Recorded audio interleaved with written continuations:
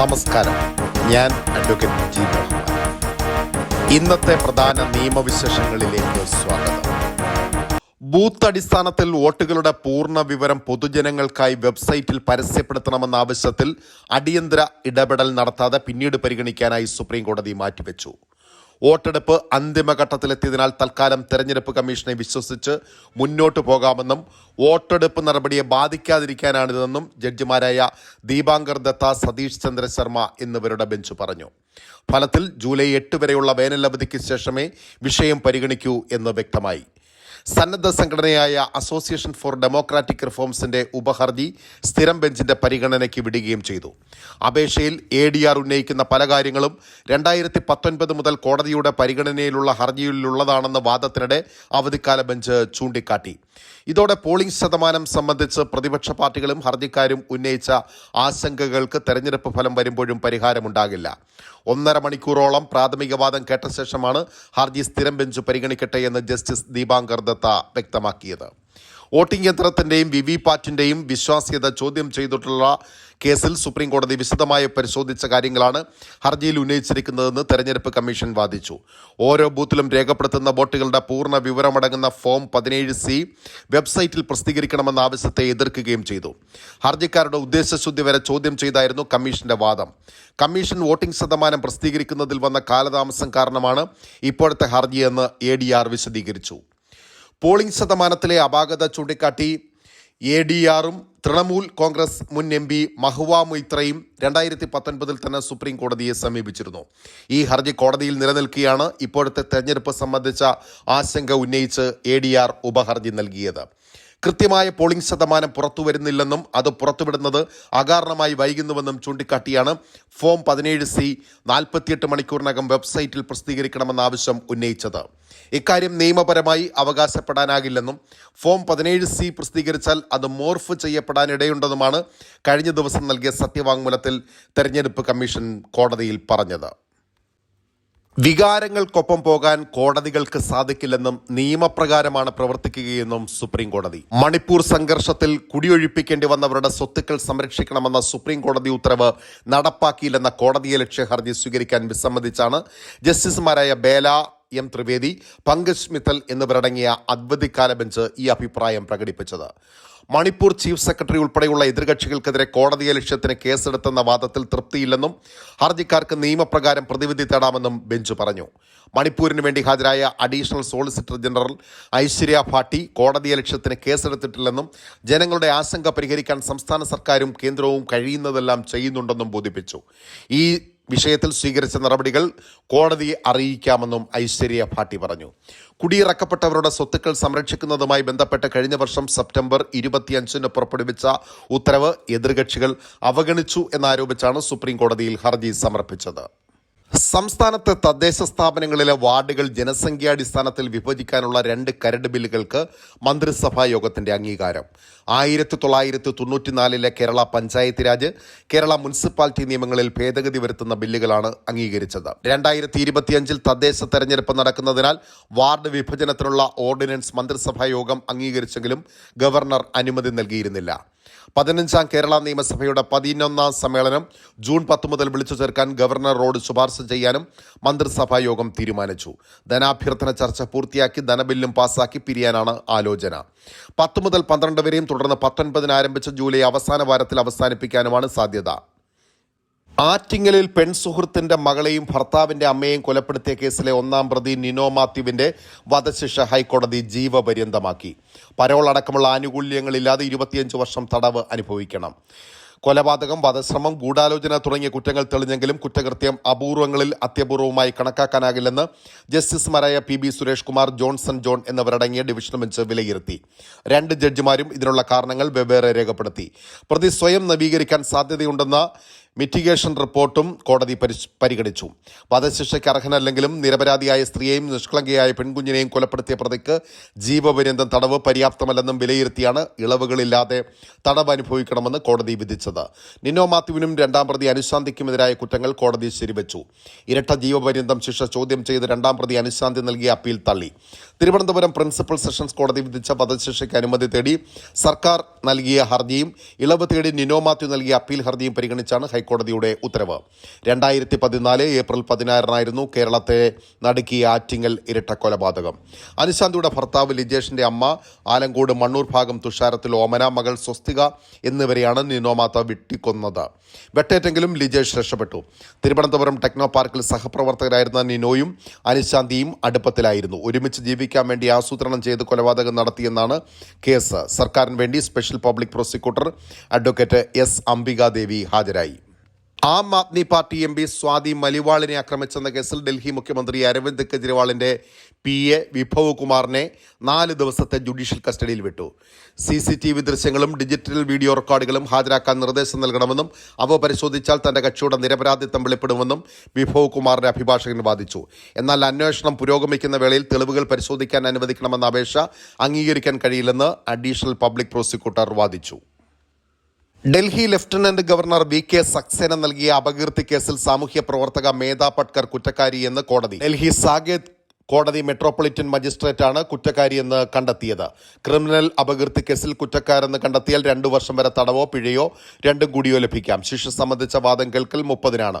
അഹമ്മദാബാദ് കേന്ദ്രീകരിച്ച് പ്രവർത്തിച്ചിരുന്ന സർക്കാരിതര സംഘടനയായ national council four civil liberties നേതൃത്വം നൽകിയിരുന്ന സക്സേനയും നർമ്മദ ബച്ചാവോ ആന്തോളന്റെ മുന്നണി പോരാളിയായ മേധാ പട്കറും തമ്മിൽ 2000 മുതൽ തുടർച്ചയായ നിയമയുദ്ധത്തിലാണ്. 2000 നവംബറിൽ മേധാ പട്കർ പുറത്തിറക്കിയ വാർത്താക്കുറിപ്പിൽ തന്നെ അവഹേളിക്കുന്ന ഗുരുതര പരാമർശങ്ങളുണ്ടെന്ന് ആരോപിച്ച് സക്സേന 2001 കേസ് നൽകി. VK സക്സേന യഥാർത്ഥ രാജ്യസ്നേഹിയല്ലെന്നും ഭീരുവാണെന്നും മറ്റുമുള്ള പരാമർശങ്ങൾ ഈ വാർത്താക്കുറിപ്പിലുണ്ടായിരുന്നു. സുപ്രീം കോടതി ഉത്തരവിട്ടതിനെ തുടർന്ന് 2003 കേസ് ഡൽഹി കോടതിയിലേക്ക് മാറ്റിയത്. 2011 താൻ കുറ്റക്കാരിയല്ലെന്നും വിചാരണ തുടങ്ങണമെന്നും മേധാ പട്കർ ആവശ്യപ്പെട്ടു. 2 പതിറ്റാണ്ടിലധികം നീണ്ട നടപടിക്ക് ശേഷം മേധാ പട്കർ കുറ്റക്കാരിയാണെന്ന് കോടതി കണ്ടെത്തുകയായിരുന്നു.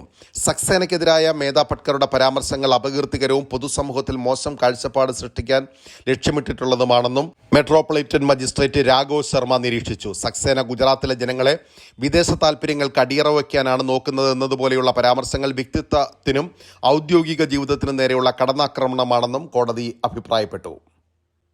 ഗാസയിലെ റഫേൽ ഇസ്രായേൽ നടത്തുന്ന ആക്രമണം അടിയന്തരമായി നിർത്തിവെക്കാൻ ഐക്യരാഷ്ട്ര സംഘടനയ്ക്ക് കീഴിലുള്ള രാജ്യാന്തര നീതിന്യായ കോടതി ഉത്തരവിട്ടു. ദുരിതാശ്വാസ സഹായത്തിനായി ഈജിപ്തിനും ഗാസയ്ക്കുമിടയിൽ റഫ അതിർത്തി തുറക്കണം. റഫേൽ രാജ്യാന്തര പരിശോധനയ്ക്ക് സൗകര്യമൊരുക്കണം. 1 മാസത്തിനകം പുരോഗതി റിപ്പോർട്ട് സമർപ്പിക്കണമെന്നും കോടതി ആവശ്യപ്പെട്ടു. ഇസ്രായേൽ യുഗാണ്ട പ്രതിനിധികളുടെ വിയോജിപ്പോടെ 15 ജഡ്ജിമാരടങ്ങുന്ന പാനൽ ഉത്തരവിന് അംഗീകാരം നൽകി. ഗാസയിലെ കൂട്ടക്കുരുതി തടയണമെന്ന മാർച്ചിലെ ഉത്തരവിന് ശേഷം സ്ഥിതി കൂടുതൽ വഷളാവുകയാണ് ചെയ്തതെന്നും കോടതി കുറ്റപ്പെടുത്തി. 2 ആഴ്ചക്കിടെ 90,000 പലസ്തീൻകാർക്ക് കിടപ്പാടം നഷ്ടമായി. റഫേൽ മരുന്നും വെള്ളവും ഭക്ഷണവും ഇല്ലാത്ത അവസ്ഥയാണെന്നും കോടതി ചൂണ്ടിക്കാട്ടി. ദക്ഷിണാഫ്രിക്ക നൽകിയ അടിയന്തര ഹർജിയിലാണ് ഉത്തരവ്. ഉത്തരവ് അനുസരിക്കില്ലെന്ന് ഇസ്രായേൽ നേരത്തെ വ്യക്തമാക്കിയിട്ടുണ്ട്. എന്നാൽ ഇസ്രായേലിന് മേൽ കൂടുതൽ രാജ്യാന്തര സമ്മർദ്ദത്തിന് ഉത്തരവ് വഴിയൊരുക്കും. ഗാസയിലെ ഇസ്രായേൽ സൈനിക നടപടി പൂർണ്ണമായി നിർത്തിവെക്കണമെന്നാവശ്യപ്പെടുന്ന ദക്ഷിണാഫ്രിക്കയുടെ ഹർജി ഇന്റർനാഷണൽ കോർട്ട് ഓഫ് ജസ്റ്റിസിന്റെ പരിഗണനയിലുണ്ടെങ്കിലും തീരുമാനമെടുക്കാൻ ഏറെക്കാലമെടുക്കും. അതേസമയം ഇസ്രായേൽ പ്രധാനമന്ത്രി ബെന്യാമിൻ നെതന്യാഹു, പ്രതിരോധ മന്ത്രി യോയേവ് ഗലാന്റ്, ഹമാസ് നേതാവ് യഹ്യ സിൻവർ അടക്കമുള്ളവർക്കെതിരെ അറസ്റ്റ് വാറണ്ട് പുറപ്പെടുവിക്കണമെന്ന പ്രോസിക്യൂഷന്റെ അപേക്ഷ രാജ്യാന്തര ക്രിമിനൽ കോടതിയുടെ പരിഗണനയിലാണ്. ഗാസ ആക്രമണം നീട്ടിക്കൊണ്ടുപോകുന്നതിനെതിരെ ഇസ്രയേലിൽ തന്നെ കടുത്ത പ്രതിഷേധം ഉയർന്നിട്ടുണ്ട്. അയർലൻഡ്, നോർവേ, സ്പെയിൻ എന്നീ രാജ്യങ്ങൾ പാലസ്തീനെ സ്വതന്ത്ര രാഷ്ട്രമായി അംഗീകരിക്കുമെന്ന് കഴിഞ്ഞ ദിവസം പ്രഖ്യാപിച്ചിരുന്നു. വംശഹത്യ ഒഴിവാക്കണമെന്ന് ജനുവരിയിലും മാനുഷിക ദുരന്തം തടയണമെന്ന് മാർച്ചിലും ICJ ഉത്തരവിട്ടിരുന്നു. റഫേലെ സൈനിക നടപടി അവസാനിപ്പിക്കണമെന്ന രാജ്യാന്തര നീതിന്യായ കോടതിയുടെ ഉത്തരവ് അംഗീകരിക്കില്ലെന്ന് ഇസ്രായേൽ വ്യക്തമാക്കി. ഇസ്രായേലിന്റെ നിലനിൽപ്പിനെതിരായ ഹമാസ് നിലപാടിനെ ശരിവെക്കുന്നതാണ് ഉത്തരവെന്ന് ധനകാര്യമന്ത്രിയും തീവ്ര വലതുപക്ഷ നേതാവുമായ ബെസലേൽ സ്മോട്രിച്ച് ആരോപിച്ചു. ഉത്തരവിനെ സ്വാഗതം ചെയ്ത ഹമാസ് രാജ്യാന്തര അന്വേഷണവുമായി സഹകരിക്കുമെന്ന് അറിയിച്ചു. ഗാസ മുഴുവൻ ദുരിതം അനുഭവിക്കുമ്പോൾ റഫേൽ മാത്രമാണ് ആക്രമണം നിർത്തിയതുകൊണ്ട് കാര്യമില്ലെന്നും ഹമാസ് നേതാവ് ബാസിം നയീം പറഞ്ഞു. ലോകത്തിന്റെ ഏകാഭിപ്രായമാണ് ഉത്തരവിലൂടെ പ്രകടമാക്കിയതെന്ന് പാലസ്തീൻ അതോറിറ്റി പ്രതികരിച്ചു. വെടിനിർത്തൽ സംബന്ധിച്ച് Egypt president Abdul Fattah US president Joe ബൈഡനുമായി ഫോണിലൂടെ ചർച്ചയും നടത്തി. സ്വത്ത് തർക്കത്തെ തുടർന്ന് നടി ലൈല ഖാനെയും കുടുംബാംഗങ്ങളെയും ഉൾപ്പെടെ 6 പേരെ കൊലപ്പെടുത്തിയ കേസിൽ നടിയുടെ അമ്മയുടെ 3ാമത്തെ ഭർത്താവ് പർവേസ് ടെക്കിന് വധശിക്ഷ. തെളിവ് നശിപ്പിച്ചതിന് 7 വർഷം കഠിന തടവ് അനുഭവിക്കുകയും 10,000 രൂപ പിഴയടക്കുകയും കൂടി വേണമെന്ന് വിധിച്ച മുംബൈ സെഷൻസ് കോടതി ജഡ്ജി സച്ചിൻ പവാർ കുറ്റകൃത്യം അപൂർവങ്ങളിൽ അത്യപൂർവമാണെന്ന് വിലയിരുത്തി. കൊലപാതകം നടന്ന് 13 വർഷത്തിന് ശേഷമാണ് വിധി. 2011 ഫെബ്രുവരിയിലാണ് ലൈല ഖാൻ, മാതാവ് സലീന, ലൈലയുടെ സഹോദരങ്ങളായ അസ്മിന, ഇമ്രാൻ, സാറ, ബന്ധു രേഷ്മ ഖാൻ എന്നിവരെ കാണാതാകുന്നത്. മകളെയും കുടുംബത്തെയും കാണാനില്ലെന്ന് നടിയുടെ പിതാവ് നാദിർ ഷാ പട്ടേൽ ആണ് പരാതിപ്പെട്ടത്. എന്നാൽ അന്വേഷണത്തിൽ ഒരു തുമ്പും ലഭിച്ചില്ല. ഇതിനിടെ 2012 മറ്റൊരു കേസിൽ പർവേസ് ടക്കിനെ ജമ്മു കാശ്മീർ പോലീസ് അറസ്റ്റ് ചെയ്തു. ഈ കേസിന്റെ ചോദ്യം ചെയ്യലിലാണ് ലൈലയും കുടുംബത്തെയും കൊലപ്പെടുത്തിയതായി ഇയാൾ മൊഴി നൽകിയത്. തുടർന്ന് നടന്ന പരിശോധനയിൽ നാസിക്കിലുള്ള ഇഗത്പുരിയിലെ ഫാം ഹൗസിൽ നിന്ന് അസ്ഥികൂടങ്ങൾ കണ്ടെത്തി. നടിയും കുടുംബവും ദുബായിലേക്ക് താമസം മാറ്റാൻ ഒരുങ്ങുന്നതിനിടെയായിരുന്നു കൊലപാതകം. കന്നഡ സിനിമയിലൂടെ രംഗത്ത് വന്ന ലൈല 2008 പുറത്തിറങ്ങിയ Wafa A deadly love story എന്ന ചിത്രത്തിലൂടെയാണ് ശ്രദ്ധേയയായത്. സംസ്ഥാന സർക്കാർ കൊണ്ടുവന്ന ലോകായുക്ത നിയമ ഭേദഗതി റദ്ദാക്കണമെന്നാവശ്യപ്പെട്ട മുതിർന്ന കോൺഗ്രസ് നേതാവ് രമേശ് ചെന്നിത്തല ഹൈക്കോടതിയെ സമീപിച്ചു. നിയമസഭയും സ്പീക്കറും ലോകായുക്ത വിധികളുടെ അപ്പീൽ അധികാരികളായി മാറാൻ വഴിയൊരുക്കുന്ന പുതിയ ഭേദഗതി ഭരണഘടനാ വിരുദ്ധവും ജുഡീഷ്യൽ അധികാരങ്ങളിലുള്ള കടന്നുകയറ്റവുമാണെന്നാരോപിച്ചാണ് ഹർജി. അഴിമതി കേസുകളിൽ ലോകായുക്തയുടെ വിധികളിൽ അന്തിമ തീരുമാനം ഭരണത്തിലുള്ള പാർട്ടിക്ക് അനുകൂലമാക്കാൻ ഭേദഗതി വഴിയൊരുക്കുമെന്നാണ് പ്രധാന ആക്ഷേപം. ഭേദഗതി നടപ്പാക്കുന്നത് സ്റ്റേ ചെയ്യണമെന്നാണ് ഇടക്കാല ആവശ്യം. ഹർജി തിങ്കളാഴ്ച പരിഗണിക്കും. യൂട്യൂബ് ചാനൽ വഴിയുള്ള പ്രോഗ്രാമിൽ സച്ചിൻ ദേവ് MLA ജാതി പറഞ്ഞ് അധിക്ഷേപിച്ചെന്നാരോപിച്ചിട്ടുള്ള കേസിൽ അഡ്വക്കേറ്റ് A. ജയശങ്കറിനെ അറസ്റ്റ് ചെയ്യുന്നത് ഹൈക്കോടതി 1 മാസത്തേക്ക് വിലക്കി. പട്ടികജാതി പട്ടികവർഗക്കാർക്കെതിരെയുള്ള അതിക്രമം തടയൽ നിയമപ്രകാരം തിരുവനന്തപുരം മ്യൂസിയം പോലീസ് സ്റ്റേഷനിൽ രജിസ്റ്റർ ചെയ്ത കേസും തനിക്കെതിരെയുള്ള തുടർ നടപടികളും റദ്ദാക്കണമെന്നാവശ്യപ്പെട്ട് A. ജയശങ്കർ നൽകിയ ഹർജിയിലാണ് ഹൈക്കോടതിയുടെ നടപടി. ഭിന്നശേഷിക്കാരായ 6-നും 18-നും മധ്യ പ്രായമുള്ള വിദ്യാർത്ഥികൾക്ക് അൺഎയ്ഡഡ് മേഖലയിലെ വിദ്യാഭ്യാസ സ്ഥാപനങ്ങളിൽ പ്രവേശനത്തിന് അർഹതയുണ്ടെന്ന് സംസ്ഥാന ഭിന്നശേഷി കമ്മീഷണർ SH പഞ്ചാബകേശൻ അറിയിച്ചു. ഇവരുടെ അപേക്ഷ നിരസിക്കാൻ മാനേജ്മെന്റുകൾക്ക് അവകാശമില്ല. നിരസിച്ചാൽ അംഗീകാരം റദ്ദാക്കി മേധാവികൾക്കെതിരെ ക്രിമിനൽ കേസെടുക്കുമെന്നും അദ്ദേഹം അറിയിച്ചു. 11 വയസ്സുള്ള 2 പെൺകുട്ടികളെ പീഡിപ്പിച്ച കേസുകളിൽ റിട്ടയർഡ് റെയിൽവേ പോലീസ് ഓഫീസർക്ക് 75 വർഷം കഠിന തടവ്, 4.5 ലക്ഷം രൂപ പിഴയും അടയ്ക്കണം. കൊടുമൺ ഐക്കാട് തെങ്ങിനാൽ കാർത്തികയിൽ സുരേന്ദ്രനെയാണ് അടൂർ അതിവേഗ കോടതി സ്പെഷ്യൽ ജഡ്ജ് ഷിബു ഡാനിയൽ ശിക്ഷിച്ചത്. 2 കേസുകളിലും പ്രോസിക്യൂഷനു വേണ്ടി അഡ്വക്കേറ്റ് P. സ്മിത ജോൺ ഹാജരായി. കൊച്ചി നഗരത്തിലെ വെള്ളക്കെട്ടിൽ വിമർശനവുമായി ഹൈക്കോടതി. ജില്ലാ കളക്ടർ മാത്രം വിചാരിച്ചാൽ വെള്ളക്കെട്ട് മാറില്ലെന്നും പ്രശ്നപരിഹാരത്തിന് കൂട്ടായ പരിശ്രമം ആവശ്യമാണെന്നും വെള്ളക്കെട്ട് സംബന്ധിച്ച ഹർജി പരിഗണിക്കവേ ജസ്റ്റിസ് ദേവൻ രാമചന്ദ്രൻ പറഞ്ഞു. വെള്ളക്കെട്ടുണ്ടാക്കുന്ന ഹോട്ട്സ്പോട്ടുകളായ കാനകൾ ശുദ്ധീകരിച്ചെന്ന് ഉറപ്പുവരുത്താൻ ഹൈക്കോടതി കളക്ടർ ഉൾപ്പെട്ട വിദഗ്ധ സമിതിക്ക് നിർദ്ദേശം നൽകി. മുല്ലശ്ശേരി കനാലിലെ ഒഴുക്ക് തടസ്സപ്പെടാതിരിക്കാൻ സംവിധാനമുണ്ടാക്കണം. സ്ഥിരം വെള്ളക്കെട്ടുണ്ടാകുന്ന സ്ഥലങ്ങളിലെ പ്രശ്നം പരിഹരിക്കണം. നഗരത്തിലെ മാലിന്യങ്ങൾ നീക്കം ചെയ്യണം തുടങ്ങിയ നിർദ്ദേശങ്ങളും കോടതി നൽകി. മാലിന്യം നീക്കം ചെയ്യാൻ ജനങ്ങളുടെ സഹായവും ആവശ്യമാണെന്നും കോടതി പറഞ്ഞു. ഹൈക്കോടതിയുടെ പരാമർശത്തിന് പിന്നാലെ ജില്ലാ കളക്ടറുടെ നേതൃത്വത്തിലുള്ള സംഘം വെള്ളക്കെട്ടുള്ള മേഖലകൾ സന്ദർശിച്ചു. ശുചീകരണ പ്രവർത്തനങ്ങൾ വിലയിരുത്തുകയും ചെയ്തു. യൂട്യൂബ് ചാനലുകളുടെ കാര്യത്തിൽ സുപ്രധാന നിരീക്ഷണവുമായി മദ്രാസ് ഹൈക്കോടതി.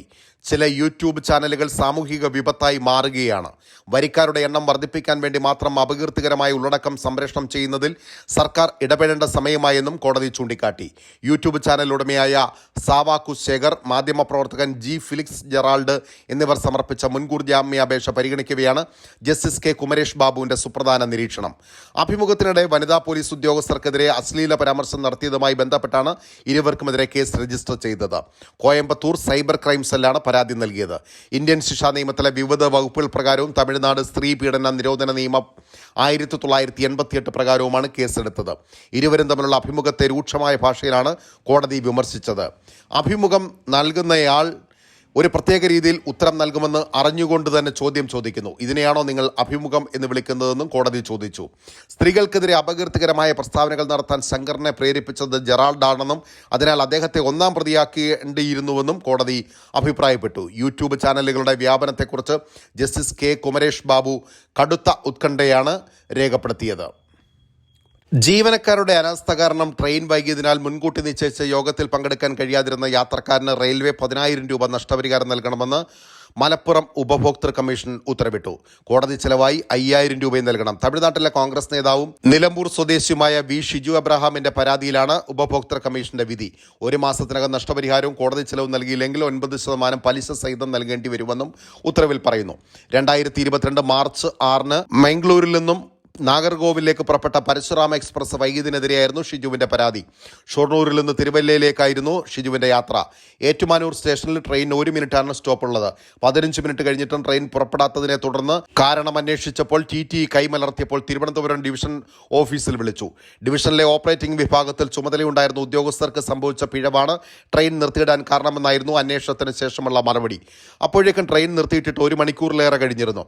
ട്രെയിൻ സമയക്രമപ്രകാരം തിരുവല്ലയിൽ എത്തേണ്ടി വൈകിട്ട് 3:35 ഏറ്റുമാനൂരിൽ അകാരണമായി നിർത്തിയിട്ടതിനാൽ തിരുവല്ലയിലെത്തിയപ്പോൾ 5:05 4:30 നിശ്ചയിച്ചിരുന്ന ബിസിനസ് മീറ്റിംഗിൽ ഷിജുവിന് പങ്കെടുക്കാനായില്ല. ഷിജുവിന്റെ പരാതി പ്രകാരം നടത്തിയ അന്വേഷണത്തിൽ ഡിവിഷനിലെ chief controller Pradeep Nair, section controller Sachin Varghese എന്നിവർ കുറ്റക്കാരെന്ന് കണ്ടെത്തുകയും ചെയ്തു. ഇവർക്കെതിരെ എന്ത് നടപടി സ്വീകരിച്ചെന്ന അന്വേഷണത്തിന് വ്യക്തമായ മറുപടി ലഭിക്കാതെ വന്നതോടെയാണ് ഷിജു ഉപഭോക്തൃ കമ്മീഷനെ സമീപിച്ചത്.